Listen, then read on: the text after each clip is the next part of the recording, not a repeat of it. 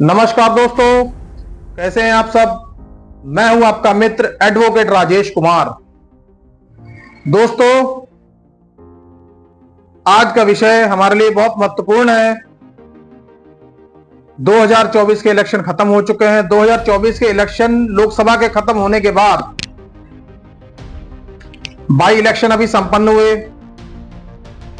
13 विधानसभा सीटों पे उपचुनाव हुए,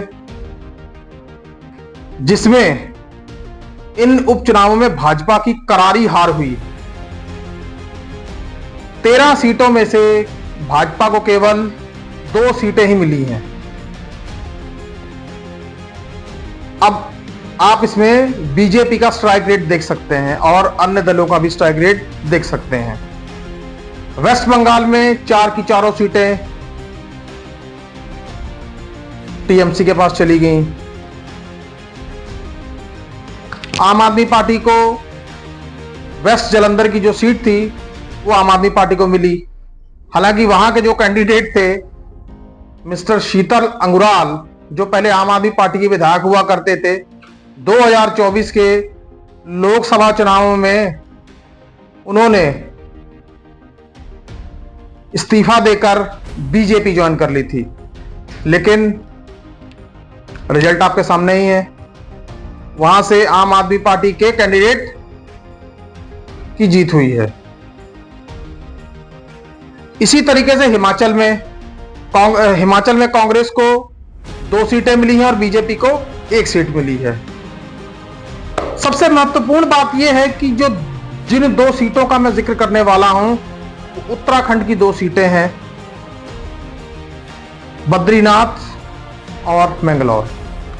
दोस्तों, इन सीटों का जिक्र इसलिए भी खास है क्योंकि 2024 के इलेक्शन, लोकसभा के इलेक्शन जब हो रहे थे, ये 2 सीटें उस वक्त भी ज्यादा महत्वपूर्ण थी, क्योंकि जिस तरीके से अयोध्या में भगवान राम के नाम पर बीजेपी ने धर्म की राजनीति की और वहां पे उनको क्या रिजल्ट मिला, जनता ने उनको किस तरीके से नकार दिया, ये आप सबको पता ही है।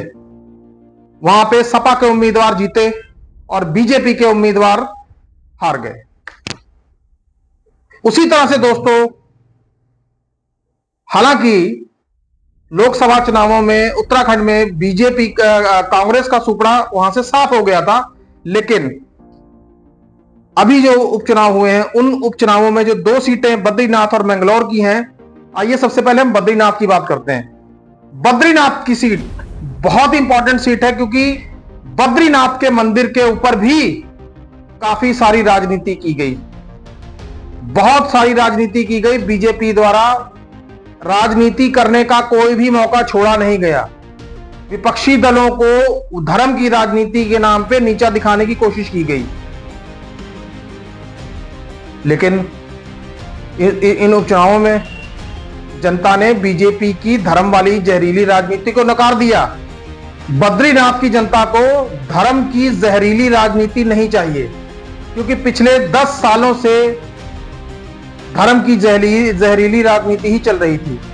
अब जनता को विकास चाहिए, विकास की बात चाहिए, असल मुद्दे चाहिए। असल मुद्दे पर तो कोई बोल ही नहीं रहा था।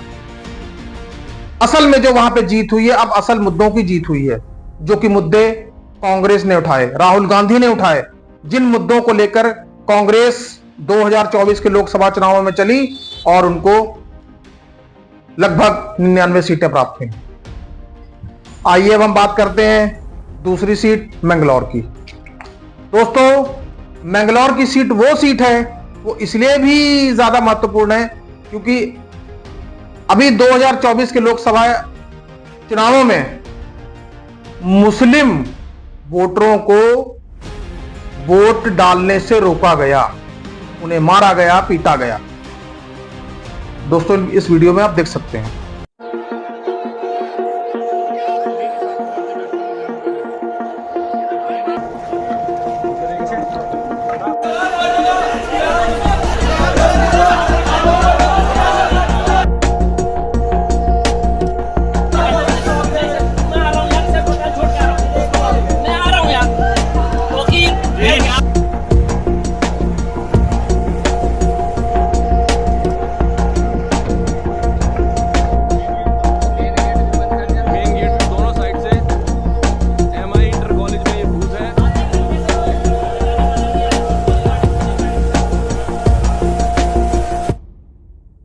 दोस्तों,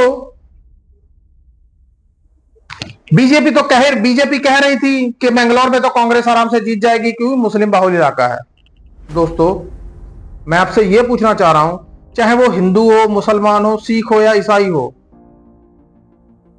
क्या आम जनता धर्म की राजनीति चाहती है क्या? नहीं। आम जनता को विकास चाहिए, आम जनता को सरकार से सुरक्षा चाहिए, जो कि सरकार का दायित्व बनता है, जो कि पिछले 10 सालों में बीजेपी की सरकार जनता को सुरक्षा देने में या जनता के मुद्दों को हल करने में विफल रही। अब जनता ने धर्म की जहरीली राजनीति से ऊपर हटकर विकास के ऊपर सोचना शुरू कर दिया है, मुद्दों के ऊपर सोचना शुरू कर दिया है। ये 2 सीटें हारना बीजेपी की उस घिनौनी राजनीति के ऊपर करारा तमाचा है। दोस्तों, ये बाई इलेक्शन में जिस तरीके से बीजेपी की हार हुई है, उधर हिमाचल में भी 2 सीटें कांग्रेस को मिली हैं, उसमें से 1 बीजेपी को मिली है। और जो 2 सीटें कांग्रेस जीती है, उनमें से 1 वहां के मुख्यमंत्री सुखविंदर सिंह सुक्खू की पत्नी है। दोस्तों, बाई इलेक्शन में इस तरीके की बीजेपी की हार ये क्या संदेश देती है? संदेश साफ है, जनता अब इस तरह की जहरीली राजनीति नहीं चाहती। जनता अब धर्म की राजनीति नहीं चाहती। जनता को चाहिए मुद्दे जो आज की तारीख में ज्वलंत हैं, जैसे महंगाई, बेरोजगारी, अग्निवीर, किसानों के मुद्दे, स्टूडेंट्स के मुद्दे। ये सब मुद्दे तो बीजेपी की थिंक टैंक से गायब ही हैं। अब जब कोई दूसरी पार्टी ये मुद्दे पकड़ के चल रही है, तो आप उसको साफ देशद्रोही कह रहे हैं। चलो खैर, ये तो जनता देख रही है कौन देशद्रोही है, कौन देशभक्त है। उसका जवाब जनता चुनाव में दे ही चुकी है।